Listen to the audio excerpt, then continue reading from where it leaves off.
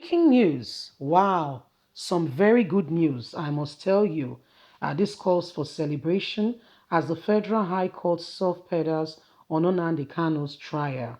Well, this is some of the, it's not the total complete package yet, but you know, the funniest thing when they talk, my brother, in better me you get something that you'd say you never get the whole thing. You take that and you get it first of all and you run with it. Well, this is what is happening with Nnamdi Kanu trial. A few weeks ago, we brought you up to speed that some charges with regards to Nnamdi Kanu's trial were dropped. Initially, the federal government has about 15 count charges on him, and but guess what? It didn't quite stand because the courts knocked out 7 or 8, and so this is exactly what's going on now. The Federal High Court has soft pedals on Nnamdi Kanu's trial, and everybody is really kind of like, okay, this is a good step in the right direction. Please don't forget to give us a thumbs up, like us, share, subscribe. Let's get all the details. Breaking news: Federal High Court soft pedals on Nnamdi Kanu's trial.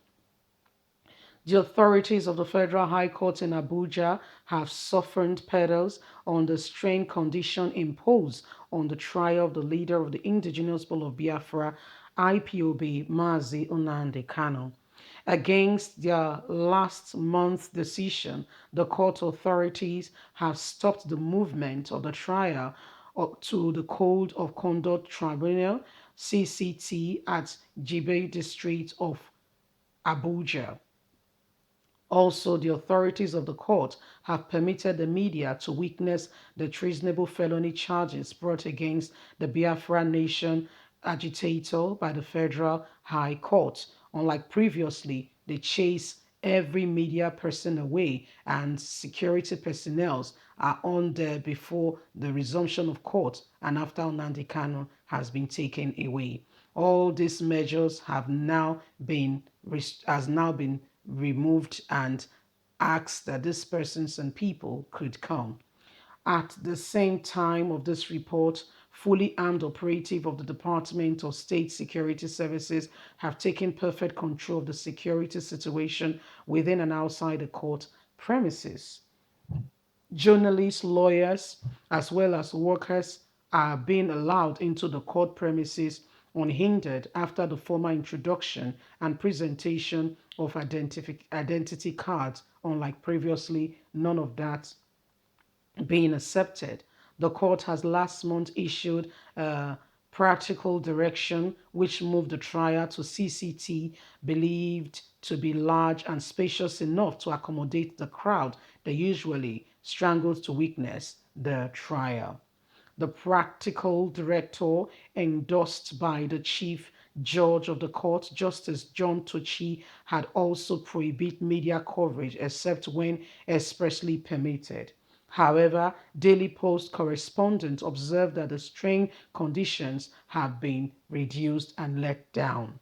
Although reasons for diversion from the practice directors have not been made known, it was gathered that Joby conduct of Code Tribunal was considered too precocious for such a sensitive trial, especially for the security point.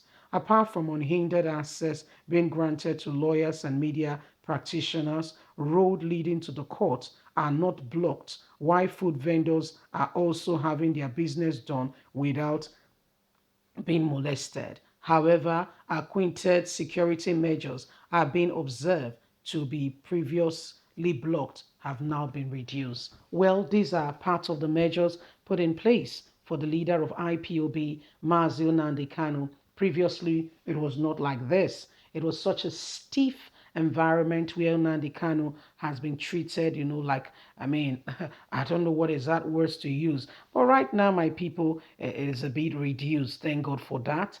Premises are not being covered like they used to do. And we are seeing that the whole Nnamdi Kanu's thing and how the government has been taking it has now become a bit, not so tensed. Yeah, that's the word. The tension, the dose has really been reduced. And this will give a bit of ease because Nnamdi Kanu has become the new case in the country where we know that the government of the country is really sincerely opposing a man for no just wrong. Okay, I mean the count cases they have against him, they can't prove it. For instance, he's instigating people. I mean, how is he instigating? Did he tell anybody particularly to go on and destroy the Nigerian government? It was their prerogative. Okay, grown adults are responsible for the decision they make. If you're a grown adult, you should be responsible. When you take up arms, when you do certain things, it is your call. Yeah, but all those things, some of them are being pinned on Mazio Nnamdi Kanu. Right now, it is no longer, the whole euphoria of Nnamdi Kanu's case today. Oh, the heavens come down, the earth becomes blah, blah, blah, blah, blah. It is a different ball game altogether. Okay, the whole thing has been reduced, and this has become a new thing that is now bringing a better perspective, and people are really happy about that. Although security measures are in place, however, uh, media personnel are allowed to come in and witness the trial like it should be. Okay, these things we're talking about is not a leisure. It's not Nnamdi Kanu being given some kind of leisure, or being given impressed, if you get what I mean. No, it is the normal, in quote and unquote, normal things that should be. A high profile case like that should be witnessed by the media. These are all measures of transparency for people to be able to decide in far and see if the government is being oppressive, or Nnamdi Kanu is the one at fault here, and these things are being put in place. Well, these are some of the things ongoing, and why people must be very careful. And that's why every one of us must continue to pray. I mean, because Southeast leaders, they've gone to Buhari to say, please let our man be. What is it he has done?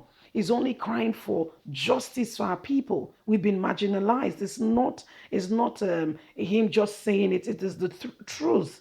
We've been marginalized. We've been treated as though the whole country was not amalgamated. Of course, we know that there's a fraudulent, constitution where the country is being run with. However, let's listen to his side. Can we just have a roundtable discussion like normal civilized people and have a conclusive statement, rather than, Mazi Nnamdi Kanu being treated as though he has committed one crime, hilarious crime that cannot, be forgiven?